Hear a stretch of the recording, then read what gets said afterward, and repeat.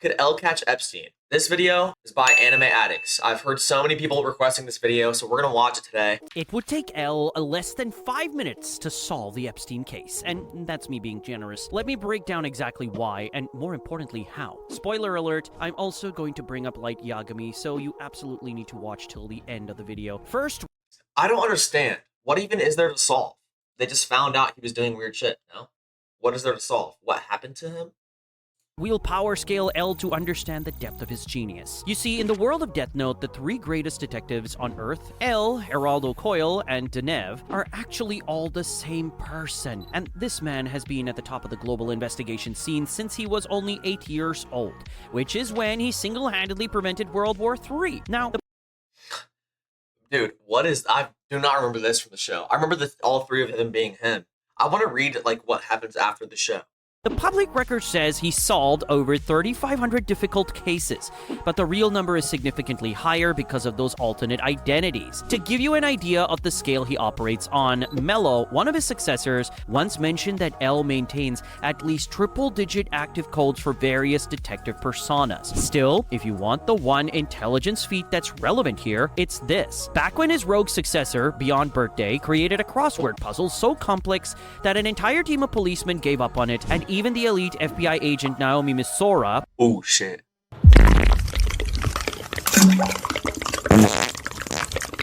Pretty.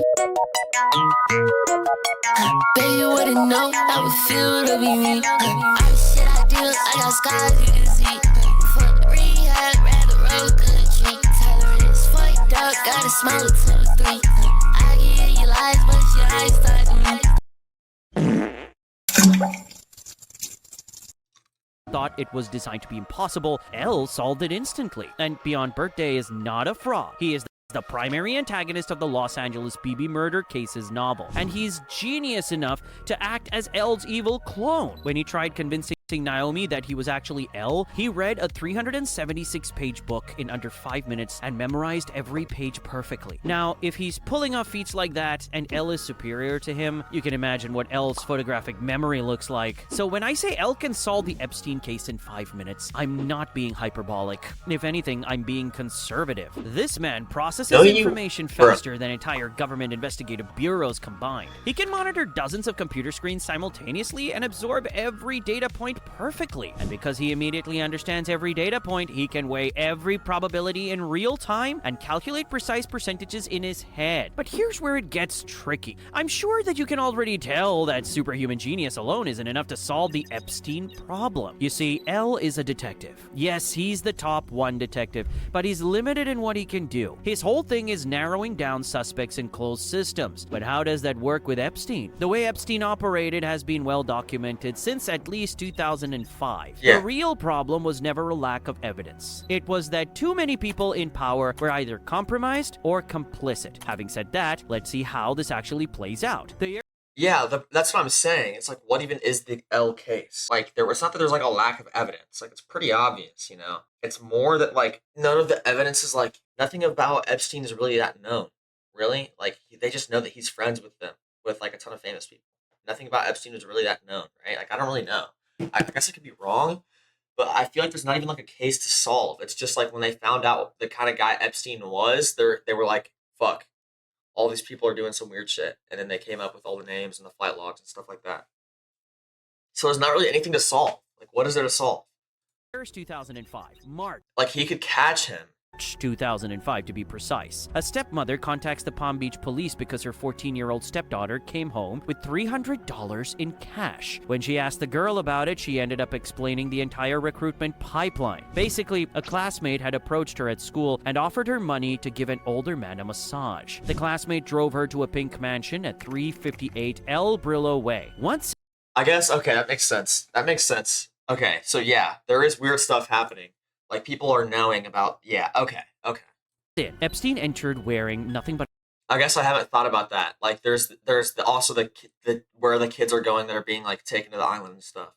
a towel. And I'll spare you the details, but to make a long story short, she walked away with $300. Now, at Yeah. first, this looks like a case of a local rich pedo creep. Nothing about it suggests you're dealing with a man who has billion-dollar financial leverage, a global contract list, and 2 decades of cultivating relationships with presidents, royalty, and prosecutors. But by Yeah. October 2005, Detective Rick Harry was interviewing victim after victim, and the pattern was identical every single time. Girls would get recruited by their friends. They'd be driven to the same mansion, asked to give a massage, but as you can expect, it would often escalate to God knows what, and then they'd get money. And here's the thing, once a girl was in, she was in. She'd be pressured to bring more girls, which is how the network just kept expanding, and Epstein was particular about them being young. So, okay, Rick Harry built his case methodically. He collected everything from property records proving Epstein owned the mansion, to flight logs showing travel between Palm Beach, New York, New Mexico, and Little St. James Island in the Caribbean, not to mention witness statements describing the same housekeeper, the same recruitment methods, the same cash payments. He documented everything.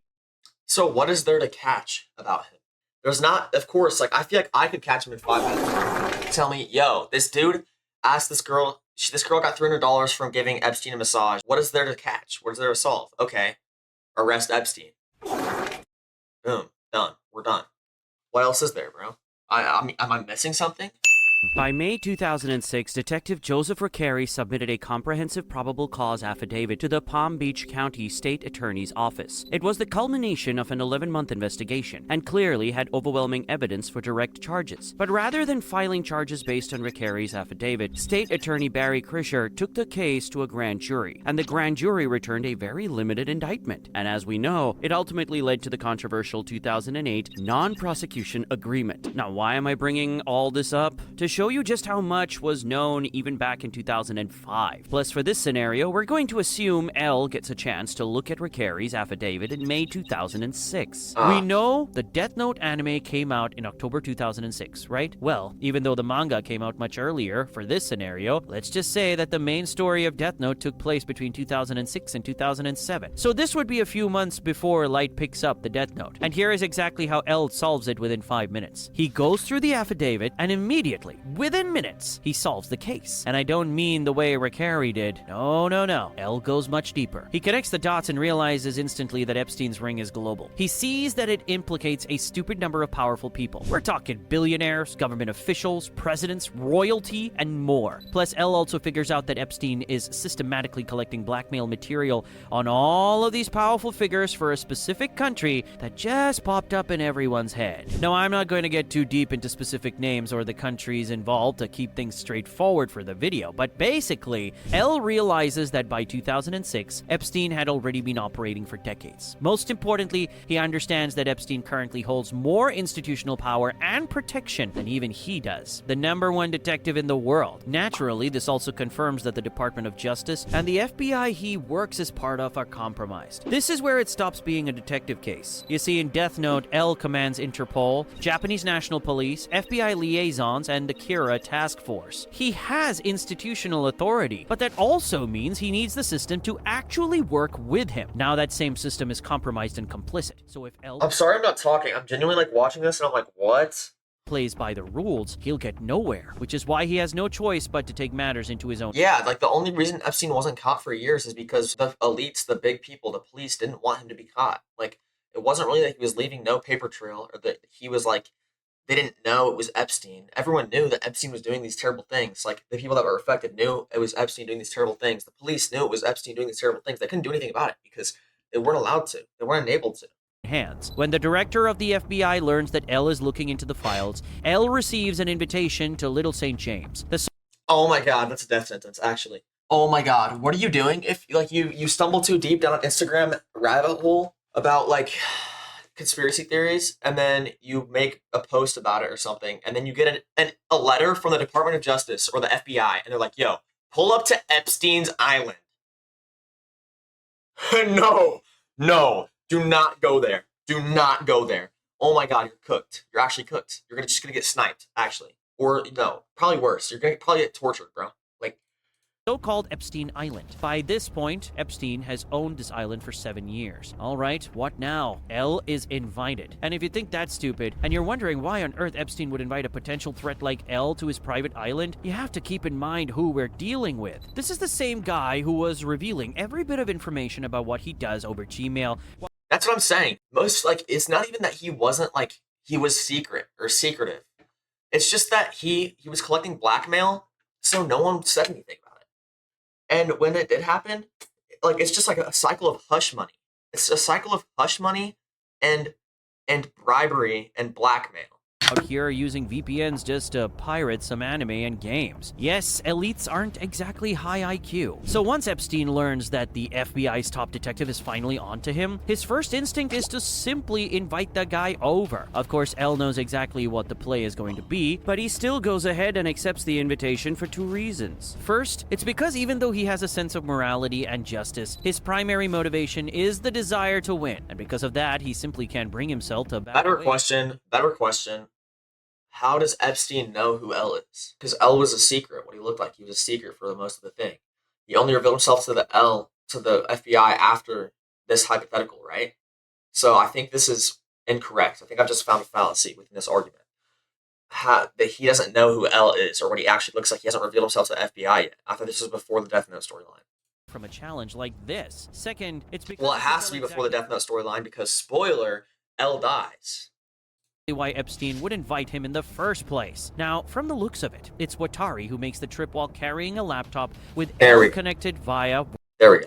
voice chat. The second Watari steps off the helicopter, Elle starts cataloging everything. He notices right away that the staff to guest ratio is crazy. So there are dozens of employees just for a handful of visitors. He sees how it's like the special needs class. It's like the special needs class.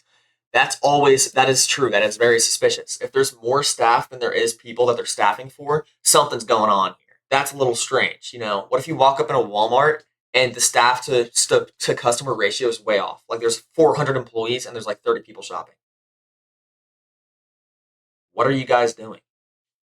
What are you doing? Like, this is true. This is facts.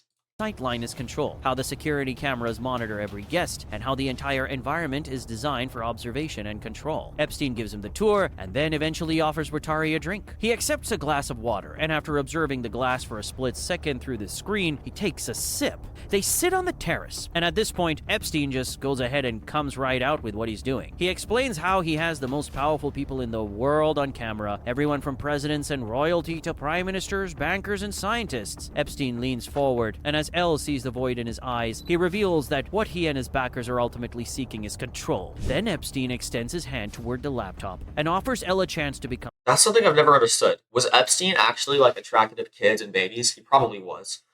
To do those terrible things, you know, eat babies, rape. I don't know if I can say that on stream or YouTube or whatever. Babies, you know, kids, all this terrible stuff. Was he in it just for the networking and the power?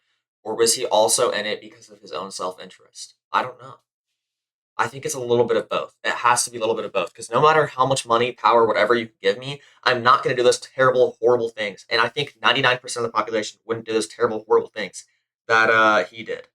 An equal partner. He wants to use Elle's brain to help him expand his network so that they can eventually gain control of the entire world together. Elle remains completely calm while he processes Epstein's specific phrasing and body language through the feed. He can tell that Epstein actually believes this, and that he truly wants to be the invisible hand moving civilization. He can also see that Epstein isn't afraid of him at all. If anything, Epstein is actually excited by him. Now, Epstein was clearly expecting some kind of a big response here, but Elle stays completely quiet on the voice chat. Then Watari walks back to the table, picks up a few wrapped chocolates, and puts them in his pocket. He just says, "I'll take some for the flight if you don't mind." And with that, he asks a staff member to tell their helicopter pilot that they're ready to leave. The moment is so absurd and so deliberately anticlimactic that Epstein doesn't even know how to respond. He expects a negotiation or a rejection, or maybe even an acceptance. Why would he even negotiate? I don't understand in this hypothetical why he would even tell Elle all of this stuff. Why would he even invite him over? This is stupid. This is genuinely just plot.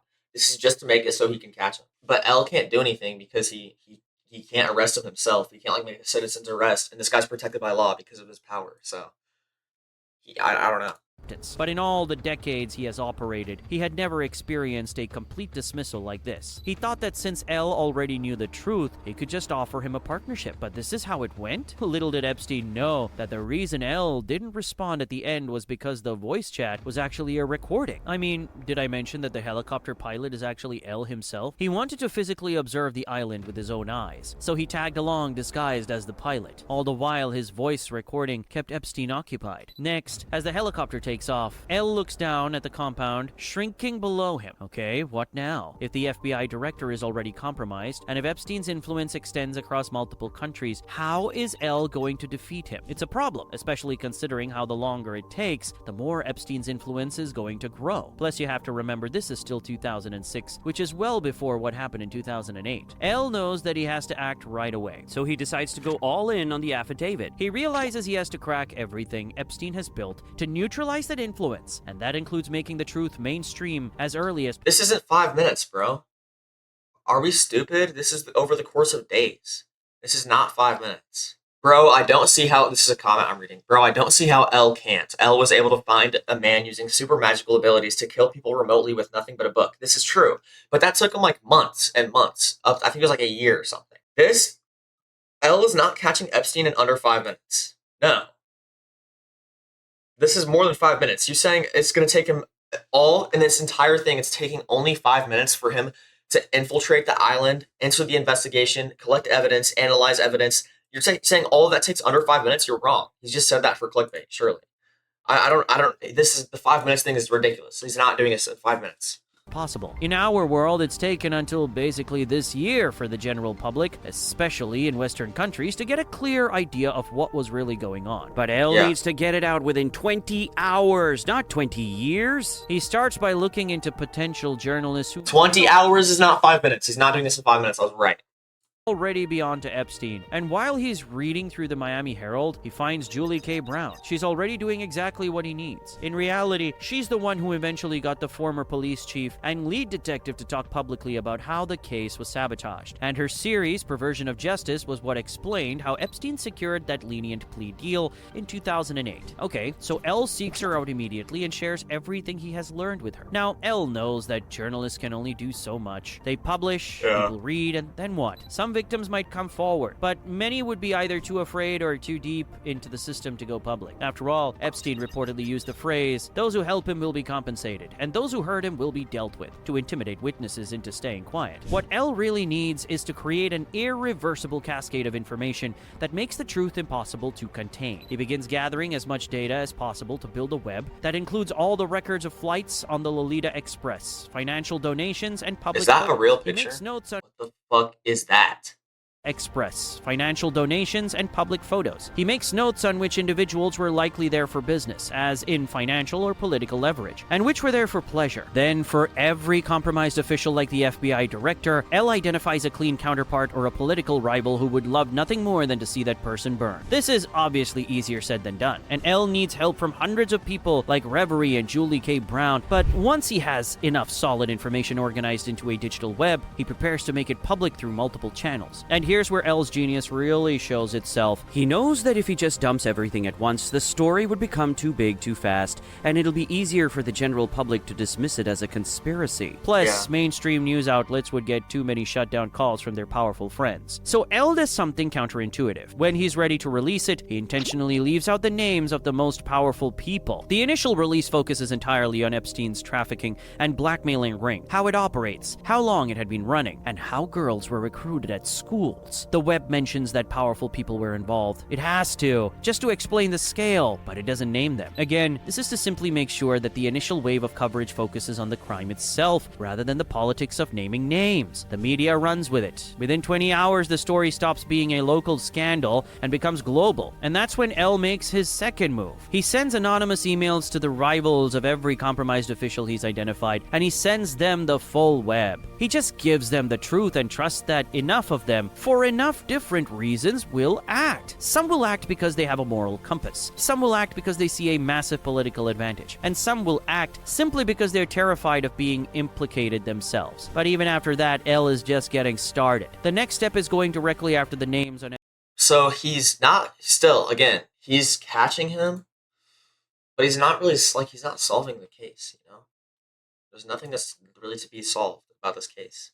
But good. This is good. I'm a fan of this. This is great. Epstein's list. L anonymously sends a highly sanitized, encrypted message to a select few of the most powerful people on that list. Specifically, the ones he deduced were only there for business leverage. Since they were there for business, it's easier for them to talk their way out of the truly messed up stuff. So L's message to them is simple. Mr. Anonymous has all the blackmail material, and they have to cooperate now, or it's a declaration of war. This is how L creates absolute paranoia to fracture the network from the inside. As much as L wants to destroy the system, he also wants to win his personal game against Epstein. And to do that, he first has to make Epstein a liability that the system he built can no longer afford to protect. Now, remember how I mentioned that L is all three of the top 3 detectives in the world? That's not public information. To the public, the number 2 detective, Geraldo Coyle, and the number 3, Denev, are completely different people. It's a layer of anonymity that gives him 3 different lives to play with. Another thing to keep in mind is that the web L creates isn't omniscient. He doesn't have every single piece of evidence yet. He only has what he's seen or deduced. The real incriminating evidence only starts pouring in once the story becomes a global incident. Once every major news outlet is on it, the momentum moves faster than anyone can pay to make it stop. This is where L makes his move as Denev. He publicly announces that he was the one who leaked the web, and to protect himself, he reveals that he's created a dead man's switch. If he fails to check in once a day, a final unencrypted version of the entire Epstein network file will be automatically released to every major news outlet and law enforcement. Then he fakes his death with that one, and then he publishes it anyways. So then there's no fault on anyone. They think the perpetrator is dead, so they can't trace it back to him. That's perfect. Agency on the planet. He makes it clear to everyone who is complicit that killing him only makes it worse. And while this looks like an ultimatum, it's actually pure smokescreen to further crack the network. You see, Epstein knows L is behind this because everything started falling apart the moment L entered the chat. However, Epstein's acquaintances, the powerful men backing him, have a different idea. They are not going to go down with him, especially when they realize they can simply launder their crimes through Epstein. And L knows exactly what they're thinking. In his room, he breaks down how Epstein's only utility to his backers was his ability to operate in the shadows. That utility is now gone. He's become a blindingly bright point of light in a scandal that threatens to engulf them all. And because of that, they won't protect him anymore. They'll make him the scapegoat and hope that his conviction calms the public outcry. And it works. Within a month of L getting involved, Epstein is convicted. And L doesn't stop there either. Over the next few months, he gradually releases information about the other offenders one by one and keeps the entire network in a state Hold on, chat. paranoia. Naturally, once it becomes clear that Denev would keep leaking information, regardless of whether he is dead or alive, the hits start getting called in. Multiple contracts are put out on both L and Denev. This is where one of them seeks out the help of the world's second best detective, Geraldo Coyle. What's Toji doing This is here? where one of them seeks That's Toji, right? multiple contracts. Yeah, what the... Tracks are put out on both L and Denev. This is where one of them seeks out the help of the world's second best detective, Geraldo Coyle. And of course, that is also L. To create a false sense of security, L uses his Geraldo Coyle persona to stage the deaths of both L and Denev. It creates a massive wave of public outrage. But the people who hired Coyle are satisfied. But they're wrong. As more arrests are made and the power... He doesn't need to do all that. Just make the guy that said if he dies, he's going to release the whole thing. Make him die, and then make him release the whole thing. And then there's no perpetrator. There's no one to come after. If you're an elite and you see that, there's no one to come after now. You can try to trace it back to someone else. You're not going to be able to. And now the full list is released. So they're cooked. You know? Power shifts to the clean counterparts L identified earlier, the old guard begins to lose their grip. Still, many offenders remain untouched because, as a certain student in Japan would say, this world is rotten. And speaking of that student, this is where things peak. About half a year after L visited that island, Light Yagami picks up the death note. At this point, the Epstein list is public knowledge. It's the biggest story in the world. After Light tests the notebook, he starts writing the names of every offender on that list. He strikes his classic pose, looks out over the city and says to himself, this world is rotten, and those who are making it rot deserve to die. Someone has to do it, so why not me? By the end of 2006, the Epstein network was neutralized. Heart attacks for those who were already on trial. Car accidents, overdoses, apparent suicides. One by one, the names on the list drop dead. Epstein's actual backers, the ones for whom he was doing the blackmailing, watch in frozen terror as everything they've built over decades now dies for no explainable reason. Finally, from an unknown location, L watches the news as a reporter announces yet another unexplained heart attack of a high-profile figure. He reaches for a sugar cube as he tries to make sense of it. Someone is cleaning up Epstein's mess with a power that L doesn't understand. This leads us into a version of L versus Light that we've never seen before, because this time L may just agree with Light, or should I Oh, what a video. What a video, bro. Holy. That was actual cinema, bro. That was actually a cinematic video. That was great. Wow. I think that L, if he was real, could catch Epstein 100%. Do I think he could do it in 5 minutes? No. What? You have to build an entire portfolio. That shit was clickbait. I'm actually gonna go watch Death Note with my dad because we've been watching it recently. So I'm gonna be done streaming for today. Thank you guys.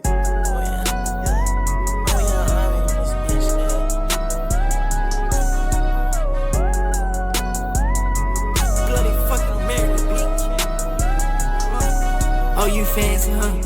You buy tags, huh?